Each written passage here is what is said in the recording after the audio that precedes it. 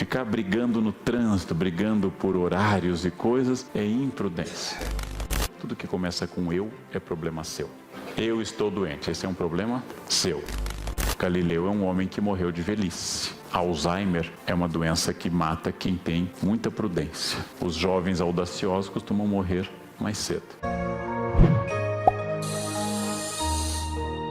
Pequenos gestos não épicos, não extraordinários, de saber que eu posso sentir momentos de raiva.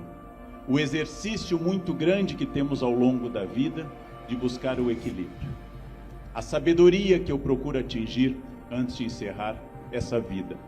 Nós mudamos a ideia, porque tanto para alguns ramos da filosofia, quanto para a grande maioria da ideia budista, o inferno começa a ser gestado, como no exemplo da história da monja, começa a ser gestado por nós mesmos. O inferno é uma opção de entrar em um discurso de ódio. O inferno é uma opção de eu ceder à raiva. O inferno é uma opção de eu transformar aquilo que eu discordo em um movimento destrutivo de aniquilação do outro. Então, o primeiro ponto é, naturalmente, desarmar pela consciência, pelo exercício, pela meditação, pela sabedoria, essa bomba relógio que nosso eu, nosso narciso, nossa vaidade produz em nós. O primeiro problema que nós encontramos é aquele tirano interno. E essa é uma questão que, lendo e tendo estudado várias fontes budistas, muitos filósofos, várias escolas que se aproximam do budismo ou dialogam com o estoicismo, lentamente você vai percebendo que é um exercício de domesticação pessoal de uma ilusão do eu, que vai se agarrar à minha consciência e eu tenho que me libertar exatamente dela. E eu me liberto dela, me libertando dessa vaidade, me libertando da raiva, me libertando de pequenas coisas que eu procuro seguir e que a monja diz. Não escrever o palavrão porque ele contém uma capacidade de agressão que atinge a pessoa e atinge a mim. Como eu disse, citando a um monge que conheci em Wutaishan, na China, quando eu atiro uma brasa cheia de raiva em alguém, talvez eu atinja a pessoa com a minha palavra, que é a brasa incandescente. Mas em 100% dos casos eu queimo a minha mão. Então o problema não está apenas em ser compreensivo com os outros, não por uma caridade ou uma compaixão externa, mas por uma educação interna que coloca no meu caminho, como me ensinou um religioso jainista na Índia, que coloca no meu caminho pessoas difíceis para que eu queime karma. E algumas pessoas queimam karma em 3º grau, rapidamente e com intensidade. Toda vez que alguém me enfrenta, toda vez que alguém discorda de mim, ela está sugerindo que eu saia da minha zona de conforto. Está sugerindo que minha vaidade não me domine. Está mostrando que eu sou limitado em relação ao universo. Está me convidando a crescer. Todas as vezes que alguém concorda inteiramente comigo, me elogia e acha o máximo qualquer bobagem que eu digo, essa pessoa está favorecendo o meu narciso, ela está favorecendo o meu eu, está impedindo que eu cresça. Quando uma pequena questão tem uma super reação excessiva, que vai além do gesto em si, nós então chamamos a esse processo de uma super reação, overreaction, uma reação exagerada, e ela é um sintoma de que aquilo dialogou com muito mais coisa. Ou seja, alguém cortou minha frente no trânsito, um gesto pequeno, e eu arrisquei minha vida perseguindo a pessoa, tomado de cólera, cheio de ira, é sinal de que eu não estou debatendo uma questão de trânsito. Eu estou debatendo algo muito maior, muito mais profundo, algo que tem a ver com a minha própria existência e que isto é apenas um sintoma que eu devo analisar, pensar, ou seja, é um ponto para o meu conhecimento. Tudo aquilo que me provoca um enfrentamento, tudo aquilo que me provoca uma oposição ao meu desejo é provavelmente um exercício.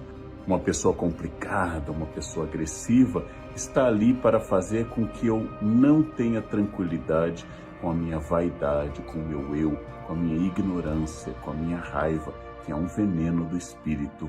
Ou seja, Dentro de todas as religiões ocidentais, o ódio é um descontrole. O descontrole é uma falta de compreensão do plano de crescimento dentro do budismo ou do plano de Deus, para mim, dentro do cristianismo. Se eu fui tentar uma coisa e ela não funcionou, se na hora que eu ia ser atendido o guichê foi fechado, se no momento que eu saio sem guarda-chuva começa um temporal, se eu fico gripado no dia de uma experiência profissional importante, esses são pequenos exercícios para eu saber que a minha vontade não é soberana, que eu não mando no mundo, que eu não sou onipotente, e o meu eu deve se curvar ao imenso oceano de coisas contrárias. Porque a ira quase sempre é um exercício terrível de narciso, de vaidade. Por isso que a vaidade é tão importante como o primeiro pecado. Como fulano pôde me dizer isso? Quem ele pensa que é? Como esse passou na minha frente? Como essa pessoa me irrita em casa? Por que isso está fazendo barulho? A todo instante eu me vejo como centro do universo. E o universo me convida permanentemente a sair dessa posição protagonista. Entender que eu não tenho poder algum sobre as coisas ao meu redor. E a todo instante eu serei testado e testado e testado para saber se eu sou dono da minha paz ou se a paz pertence ao outro. Então, é por isso que a filosofia estoica destaca também a tranquilidade da alma, a capacidade que eu tenho de entender que eu posso mudar algumas coisas e há outras que eu não tenho nenhum poder. Eu devo obter essa tranquilidade que os filósofos chamavam de ataraxia, a capacidade do autocontrole. Aquilo que acontece, eu devo ser indiferente. Eu não posso mudar muita coisa. Há pouco espaço de manobra para minha liberdade e eu devo me concentrar naquelas poucas coisas sobre as quais minha vontade tem alguma ação. Filósofos como, por exemplo, o imperador Marco Aurélio, como Cícero, como Sêneca, como Epicteto, sempre nos aconselham a controlar essa ira, que é um sinal de falta de sabedoria. Epicteto nos diz: você está irritado porque alguém falou mal de você? Você está tomado de ira porque disseram que você fez tal coisa? Pense apenas, imagine, se soubessem tudo o que eu fiz. Só sabem isso. Felizmente, graças aos deuses, só comentam esse defeito meu, porque se soubessem todos os meus defeitos, aí eu estaria perdido. Aquilo que dizem de mim pode ser verdade ou mentira. Aquilo que dizem de mim é unicamente expressão do que eu sou ou do que eu não sou. Se disseram que eu sou agressivo, que eu sou irritadiço, e eu sou, as pessoas me conhecem. Não há por que ficar mais irritado ainda. E se eu não sou, elas não me conhecem. Logo, porque eu ficaria irritado. Dizem que eu sou lento ou dizem que eu sou tomado, por exemplo, de avareza, eu vou refletir, eu sou lento, eu sou avarento. Se elas estão dizendo a verdade, eu concordo, nossa, você me viu. Se eu não estou sendo julgado com precisão, eu vou dizer, interessante, não consegui ainda me mostrar ao mundo, ou é uma calúnia, ou é a expressão da verdade. Por que ficar irritado? A irritação é sempre prova no estoicismo de falta de sabedoria. A irritação é um desequilíbrio, uma inquietude que mostra que você ainda não se conhece, que você não sabe quem você é e que a sua paz não lhe pertence, mas pertence ao mundo. Assim, o mundo pode permanentemente tirar a sua paz. A qualquer instante, o mundo pode chegar lá e dizer algo ou fazer algo e você perde completamente o controle. Para o cristianismo, é uma falta de capacidade e imitação do mestre, sempre manso e humilde de coração. Para o budismo, é uma exacerbação do eu. Eu acho o meu eu central e a ilusão do eu faz com que eu ache que todas essas coisas acontecem por minha causa. O budismo recomenda que eu evite o ódio, porque eu vou ter que entender, a ignorância é uma das grandes pragas contra as quais o budismo luta, eu vou ter que entender que eu não sou senhor de tudo. Eu posso sentir a dor de ter chutado uma pedra, posso sentir a dor de ter sido insultado, mas não posso transformar isso em ódio, porque o ódio aumenta a ignorância, ele é fruto da ignorância, e o ódio aumenta a fixação do meu eu, especificamente do meu eu vaidoso, que se acha possuidor de virtudes e que não pode ser atacado. A ira é um pecado capital, a paciência é uma virtude. E a virtude se exercita diariamente através da concepção de que minha irritação é sinal claro de que eu não tenho controle das coisas. A minha irritação é sinal claro de que minha vaidade ainda me domina. A minha irritação é algo que eu devo pensar e repensar e agradecer para cada chance de cada pessoa, na teoria, que me enfrenta, que diz o contrário do que eu penso, ou até que me agride, que isso é uma expressão da pessoa. Uma pessoa sábia não entrega a sua tranquilidade para os outros. Uma pessoa sábia entende profundamente que a sua paz lhe pertence como um patrimônio. O sábio não se abala, o sábio não se irrita. O sábio entende que sim, aquilo é contrário ao que eu queria, aquilo dificulta meu plano no momento, aquilo me atrasa. Mas o sábio não coloca toda a força da ira, porque a ira é uma infantilização, uma teimosia, como se eu, adulto, me transformasse de novo em uma criança contrariada. As crianças contrariadas são dominadas pelo sentimento, não podem controlá-los, não aprenderam ainda o poder da razão e a capacidade que eu tenho, sim, de sentir o impulso, mas de controlá-lo. No mundo contemporâneo, no mundo da internet, a expressão do ódio, da ira nas redes é quase uma obrigação. As pessoas são afogadas nesse senso violento, irado, são muito pouco pacientes, julgam rapidamente e, protegidas pelo anonimato da internet, lançam seus ataques constantes e irados sobre o mundo.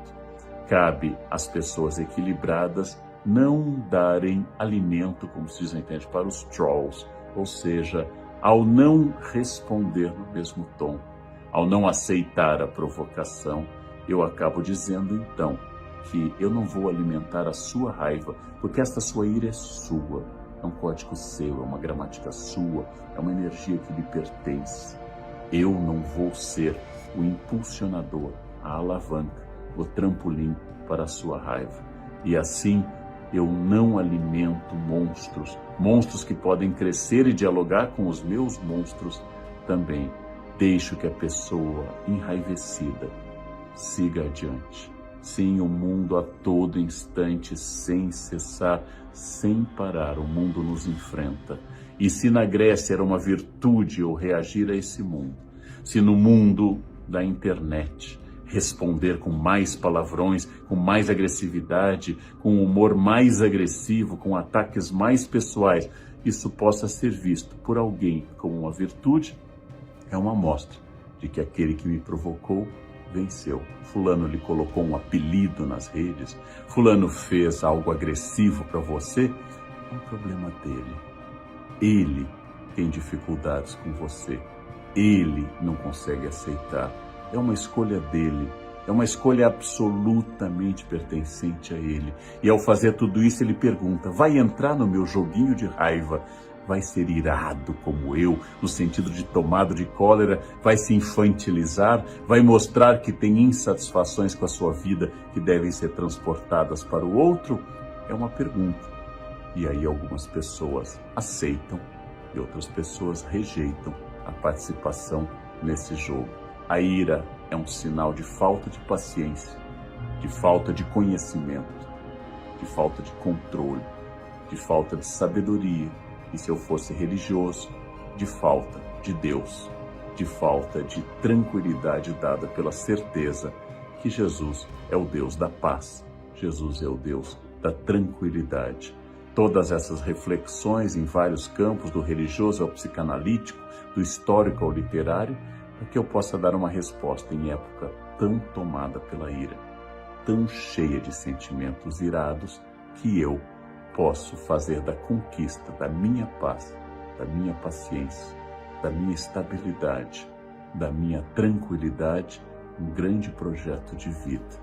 E se eu não puder isso para sempre, sigam o conselho dos Alcoólicos Anônimos. Só hoje eu não responderei aos ataques agressivos da internet. Só hoje eu entenderei que aquela buzinada no trânsito não é pessoal, não é algo para mim, mas é a dor de alguém que tem muita pressa, porque não tem tranquilidade, porque interpreta o mundo como algo que o enfrenta diariamente. Eu entendo a dor do outro, aceito, deixo seguir, porque eu não quero fazer parte desse jogo.